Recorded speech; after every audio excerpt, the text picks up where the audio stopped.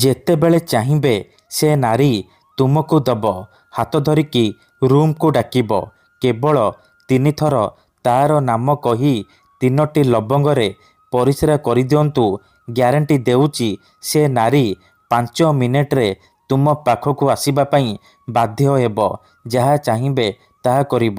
ହଁ ଫ୍ରେଣ୍ଡସ୍, ଆପଣ ସମସ୍ତଙ୍କର ଇଚ୍ଛା ଥିବ ସୁନ୍ଦରୀରୁ ସୁନ୍ଦରୀ ଝିଅ ବା ସୁନ୍ଦରୀ ଭାଉଜକୁ ପଟେଇବା ପାଇଁ, ତା'ଠାରୁ ନିଜର ମନ ମୁତାବକ କାମ ହାସଲ କରିବା ପାଇଁ। କିନ୍ତୁ ଇଏ ଏତେ ସହଜ ନୁହେଁ। ତେବେ କେବଳ 3ଟି ଲବଙ୍ଗ ଆଣି ଆଜିର ଏହି ବଶୀକରଣ କରିଦିଅନ୍ତୁ। ଗ୍ୟାରେଣ୍ଟି ଦେଉଛି ଯେଉଁ ଝିଅ ବା ବିବାହିତା ନାରୀ ଉପରେ ଆପଣ ଏହି ବଶୀକରଣ କରିଦେବେ, ସିଏ ସେହି ସମୟଠାରୁ ଆପଣଙ୍କ ଆଡ଼କୁ ଆକର୍ଷିତ ହେବାକୁ ଲାଗିବ। ପାଗଳୀ ପରି ଆପଣଙ୍କୁ ଭଲ ପାଇବାକୁ ଲାଗିବ। ଆପଣଙ୍କୁ ଛାଡ଼ି ରହିପାରିବନି। ହଁ ଫ୍ରେଣ୍ଡସ୍, ଯଦି ଆପଣ କେଉଁ ଝିଅ ବା ବିବାହିତା ନାରୀକୁ ମନେ ମନେ ଭଲ ପାଉଛନ୍ତି, କିନ୍ତୁ ଯେତେ ଚେଷ୍ଟା କଲେ ମଧ୍ୟ ତାକୁ ପଟେଇ ପାରୁନାହାନ୍ତି, ତାକୁ ନିଜର ମନ କଥା କହିବାକୁ ଡରୁଛନ୍ତି, ଆଉ ଆପଣ ଚାହୁଁଛନ୍ତି କି ସିଏ ନିଜେ ଆସି ଆପଣଙ୍କୁ ଭଲ ପାଉଛି ବୋଲି କହୁ, ତେବେ କେବଳ 3ଟି ଲବଙ୍ଗ ଆଣି ଆଜିର ଏହି ବଶୀକରଣ କରିଦିଅନ୍ତୁ। ଏହି ବଶୀକରଣ ଏତେ ଶକ୍ତିଶାଳୀ କି ଏହାର ପ୍ରୟୋଗ କେବେ ବି ଖାଲି ଯାଏନି। ଯେଉଁ ଝିଅ ବା ବିବାହିତା ନାରୀ ଉପରେ ଆପଣ ଏହି ବଶୀକରଣ ମାତ୍ର ଗୋଟିଏ ଥର ପ୍ରୟୋଗ କରିଦେବେ, ସିଏ ନିଜେ ଆସିବ ଆପଣଙ୍କ ସହିତ କଥା ହେବ, ଆପଣଙ୍କୁ ଭଲ ପାଉଛି ବୋଲି କହିବ। ଯେଉଁ ଝିଅ ଆପଣଙ୍କୁ ଧୋକା ଦେଇଛି, ଆପଣଙ୍କର ନମ୍ବର ବ୍ଲକ୍ କରିଦେଇଛି, ଅନ୍ୟ କାହାକୁ ଭଲ ପାଉଛି, ଅନ୍ୟ କାହା ସହିତ କଥା ହେଉଛି, ତେବେ କେବଳ 3ଟି ଲବଙ୍ଗରେ ପରିସ୍ରା କରିଦିଅନ୍ତୁ। ତାପରେ ଦେଖିବେ ଚମତ୍କାର। ଗ୍ୟାରେଣ୍ଟି ଦେଉଛି ସେ ଝିଅ ଯେତେ ଦୂରରେ ଥିଲେ ମଧ୍ୟ ରାତି ଦିନ ଆପଣଙ୍କ କଥା ଭାବିବ, ନିଜେ ଆସିବ ଆପଣଙ୍କର ପାଦ ତଳେ ପଡ଼ିବ, ଆପଣଙ୍କୁ ଭଲ ପାଉଛି ବୋଲି କହିବ। ଏହି ବଶୀକରଣକୁ ପ୍ରୟୋଗ କରି ଆପଣ ଶାଶୁ, ନଣନ୍ଦ, ଦିଅର, ଭାଉଜ କାହାକୁ ବି ନିଜ ବଶରେ କରିପାରିବେ, ତାକୁ ପଟେଇ ପାରିବେ, ତା'ଠାରୁ ନିଜର ମନ ମୁତାବକ କାମ ହାସଲ କରିପାରିବେ। ଠିକ୍ ଶୁଣିଲେ, ସିଏ ଆପଣଙ୍କୁ କୌଣସି ପ୍ରକାର ବାଧା ଦେବ ନାହିଁ। ଯାହା ଚାହିଁବେ ତାହା କରିବ, ଆପଣଙ୍କର ସବୁ ଇଚ୍ଛା ପୂରଣ କରିବ। ତେବେ ଏହି ବଶୀକରଣ ବିଧି ଆପଣ କିପରି କରିବେ, କେମିତି କରିବେ, ଏହାର ପ୍ରୟୋଗ ବିଧି କ'ଣ, ମୁଁ ଆପଣଙ୍କୁ ଶିଖେଇବି। ସମ୍ପୂର୍ଣ୍ଣ ପ୍ରୟୋଗ ବିଧି ଠିକ୍ ଭାବରେ ଶିଖେଇବି। ଜାଣିବା ପାଇଁ ମୋର ଆପଣମାନଙ୍କୁ ଅନୁରୋଧ କି ଆପଣ ଭିଡ଼ିଓଟିକୁ ମୂଳରୁ ଶେଷ ପର୍ଯ୍ୟନ୍ତ ଧ୍ୟାନ ସହିତ ଦେଖନ୍ତୁ। ତେବେ ଯାଇକି ଆପଣ ସମ୍ପୂର୍ଣ୍ଣ ପ୍ରୟୋଗ ବିଧି ଜାଣିପାରିବେ। ଅଧାରୁ ଛାଡ଼ିକି ପଳେଇଲେ କିମ୍ବା କାଟି କାଟି ଦେଖିଲେ ଆପଣ କିଛି ବି ବୁଝିପାରିବେନି। ପରେ ଆପଣ କହିବେ, ଗୁରୁଜୀ ଆପଣଙ୍କର ବଶୀକରଣ କାମ କରୁନି।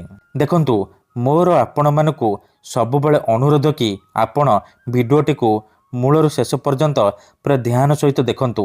ପ୍ରୟୋଗ ବିଧିକୁ ଠିକ୍ ଭାବରେ ବୁଝନ୍ତୁ। ତାପରେ ଯାଇକି ଆପଣ ଏହି ବଶୀକରଣକୁ କରିବା ପାଇଁ ଯିବେ। ତେବେ ଯାଇ ମୁଁ ଆପଣଙ୍କୁ ଗ୍ୟାରେଣ୍ଟି ଦେଉଛି ଆପଣ 100ରୁ 100% ସଫଳ ହେବେ। କାହିଁକି ନା ଏହି ବଶୀକରଣକୁ ପ୍ରୟୋଗ କରି ହଜାର ହଜାର ଲୋକମାନେ ଲାଭବାନ ହେଇଛନ୍ତି। ମାତ୍ର ଗୋଟିଏ ଥରରେ ସେମାନେ ନିଜ ପ୍ରେମକୁ ପାଇପାରିଛନ୍ତି। ଆଶା ଛାଡ଼ି ଦେଇଥିବା ଲୋକ ମଧ୍ୟ ନିଜ ପ୍ରେମକୁ ପାଇପାରିଛି। ବିନା ମନ୍ତ୍ର, ବିନା ତନ୍ତ୍ର, ବିନା କିଛି ଜିନିଷ ଖୁଆଇ ପିଆଇ, ବିନା କୌଣସି ପଇସା ଖର୍ଚ୍ଚ କରି ଆପଣ ନିଜ ଘରେ ବସି ବସି ଏହି ବଶୀକରଣ କରିପାରିବେ, ଆଉ ସୁନ୍ଦରୀ ଝିଅ ବା ସୁନ୍ଦରୀ ଭାଉଜକୁ ପଟେଇ ପାରିବେ। ମୋର ବିଶ୍ୱାସ କି ଆପଣ ଅତି ସହଜରେ ଏହି ବଶୀକରଣକୁ କରିପାରିବେ। ବର୍ଷ ବର୍ଷ ଧରି ଭାଙ୍ଗି ଯାଇଥିବା ପୁରୁଣା ପ୍ରେମକୁ ଫେରାଇ ଆଣିପାରିବେ। କେଉଁ ବି କୁଆଁରୀ ଝିଅ ବା ପଡ଼ିଶା ଘର ଭାଉଜକୁ ନିଜ ବଶରେ କରି ତା'ଠାରୁ ନିଜର ମନ ମୁତାବକ କାମ ହାସଲ କରିପାରିବେ। ତେଣୁ ମୋର ଆପଣମାନଙ୍କୁ ଅନୁରୋଧ କି ମନରେ କୌଣସି ଖରାପ ଉଦ୍ଦେଶ୍ୟ କିମ୍ବା କୌଣସି ଖରାପ କାମ ପାଇଁ ଆପଣ ଏହି ବଶୀକରଣକୁ ପ୍ରୟୋଗ କରିବେନି। କାହିଁକି ନା ଯେଉଁ ଝିଅ ବା ବିବାହିତା ନାରୀ ଉପରେ ଆପଣ ଏହି ବଶୀକରଣ ଗୋଟିଏ ଥର ପ୍ରୟୋଗ କରିଦେବେ, ସିଏ ସେହି ସମୟଠାରୁ ଆପଣଙ୍କ ଆଡ଼କୁ ଆକର୍ଷିତ ହେବାକୁ ଲାଗିବ। ପାଗଳୀ ପରି ଆପଣଙ୍କୁ ଭଲ ପାଇବାକୁ ଲାଗିବ। ଆପଣ ତାକୁ ଯାହା କହିବେ, ଯେମିତି କହିବେ ସିଏ କରିବ। କୌଣସି ପ୍ରକାର ବାଧା ଦେବ ନାହିଁ। ଆପଣଙ୍କର ସବୁ ଇଚ୍ଛା ପୂରଣ କରିବ। ତିନୋଟି ଲବଙ୍ଗର ଏହି ବଶୀକରଣ ଏତେ ଶକ୍ତିଶାଳୀ କି ଯିଏ ବି ଏହାକୁ କରିଛି ସଫଳ ହେଇଛି। ତେଣୁ ଆପଣ ବି ଗୋଟିଏ ଥର ଏହି ବଶୀକରଣ କରିଦିଅନ୍ତୁ, ତାପରେ ଦେଖିବେ ଚମତ୍କାର। କିପରି ସେହି ସମୟଠାରୁ ସେ ଝିଅ ପଟିଯିବ। ସୁନ୍ଦରୀ ଭାଉଜ ଆପଣଙ୍କ ପ୍ରେମରେ ଦିବାନୀ ହେଇଯିବ। ରାତି ଦିନ ଘରକୁ ଡାକିବ, ଯାହା ଚାହିଁବେ ତାହା କରିବ। କୌଣସି ପ୍ରକାର ବାଧା ଦେବ ନାହିଁ। ତେବେ ଏହି ବଶୀକରଣ ବିଧି ଜାଣିବା ପୂର୍ବରୁ ମୋର ଆପଣମାନଙ୍କୁ ଗୋଟିଏ ଅନୁରୋଧ ଶୁଣି ନିଅନ୍ତୁ। ଆମର ଭିଡ଼ିଓର କମେଣ୍ଟରେ ବହୁତ ଲୋକମାନେ ଫେକ୍ ଲୋକମାନେ କମେଣ୍ଟ କରୁଛନ୍ତି, ମୋବାଇଲ ନମ୍ବର ଦେଉଛନ୍ତି, ବଶୀକରଣ କରିବେ କହିକି ହଜାର ହଜାର ଟଙ୍କା ଠକି ନେଉଛନ୍ତି। ସେମାନେ ଏତେ ମାତ୍ରାରେ କମେଣ୍ଟ କରୁଛନ୍ତି କି ଆପଣଙ୍କର କମେଣ୍ଟ ତା ଭିତରେ ହଜିଯାଉଛି, ଆଉ ଆମେ ଆପଣଙ୍କୁ ରିପ୍ଲାଏ କରିପାରୁନୁ। ଏଥିପାଇଁ ଆପଣ ଆମକୁ କ୍ଷମା କରିବେ। ଆଉ କମେଣ୍ଟ ବକ୍ସରେ ଦିଆଯାଉଥିବା ମୋବାଇଲ ନମ୍ବର ଆଉ ଫେକ୍ ମେସେଜର ରିପ୍ଲାଏ ଦିଅନ୍ତୁ ନାହିଁ। କାହିଁକି ନା ସେମାନେ ବଶୀକରଣ କରିବେ କହିକି ଆପଣଙ୍କର ହଜାର ହଜାର ଟଙ୍କା ଠକିଦେବେ।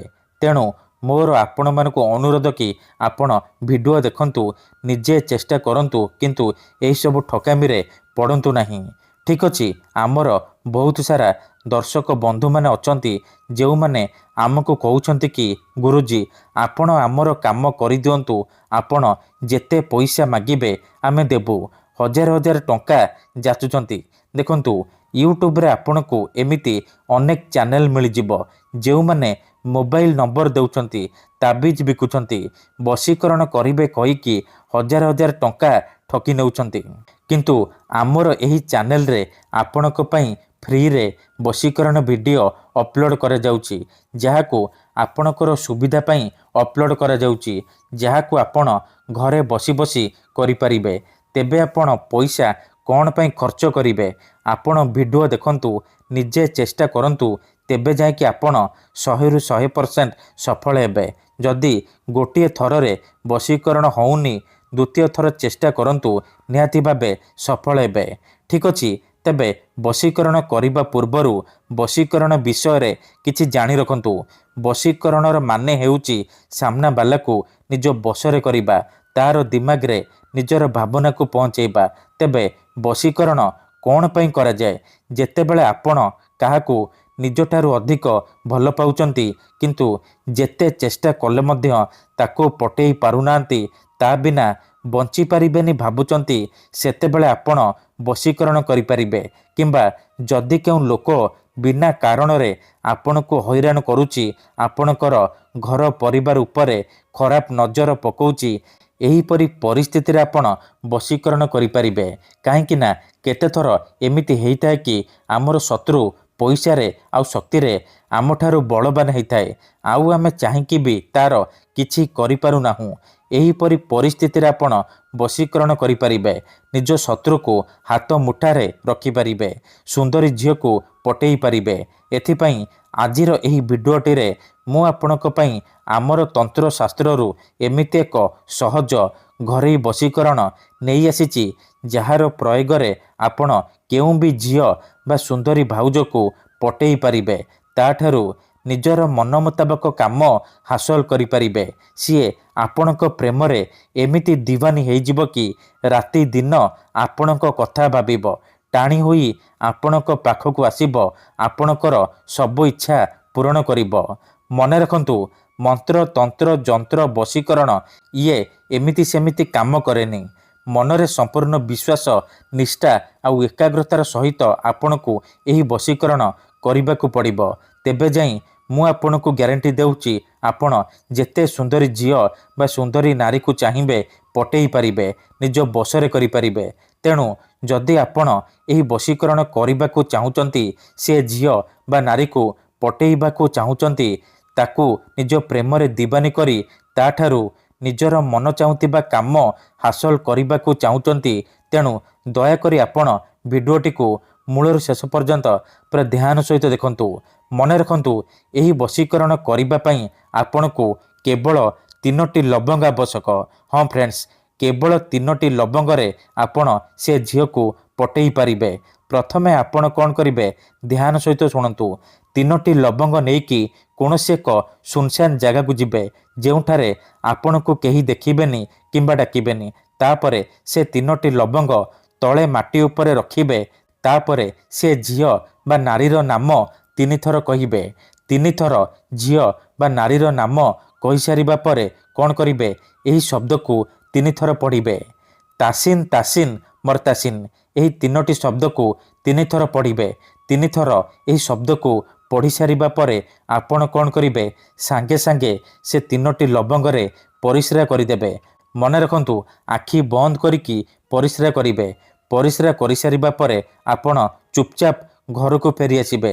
ପଛକୁ ବୁଲିକି ଚାହିଁବେନି। ଏତିକି କରିଦିଅନ୍ତୁ, ଗ୍ୟାରେଣ୍ଟି ଦେଉଛି ସେ ଝିଅ ବା ବିବାହିତା ନାରୀ ଆପେ ଆପେ ପଟିଯିବ। ଯାହା ଚାହିଁବେ ତାହା କରିବ। ଧନ୍ୟବାଦ।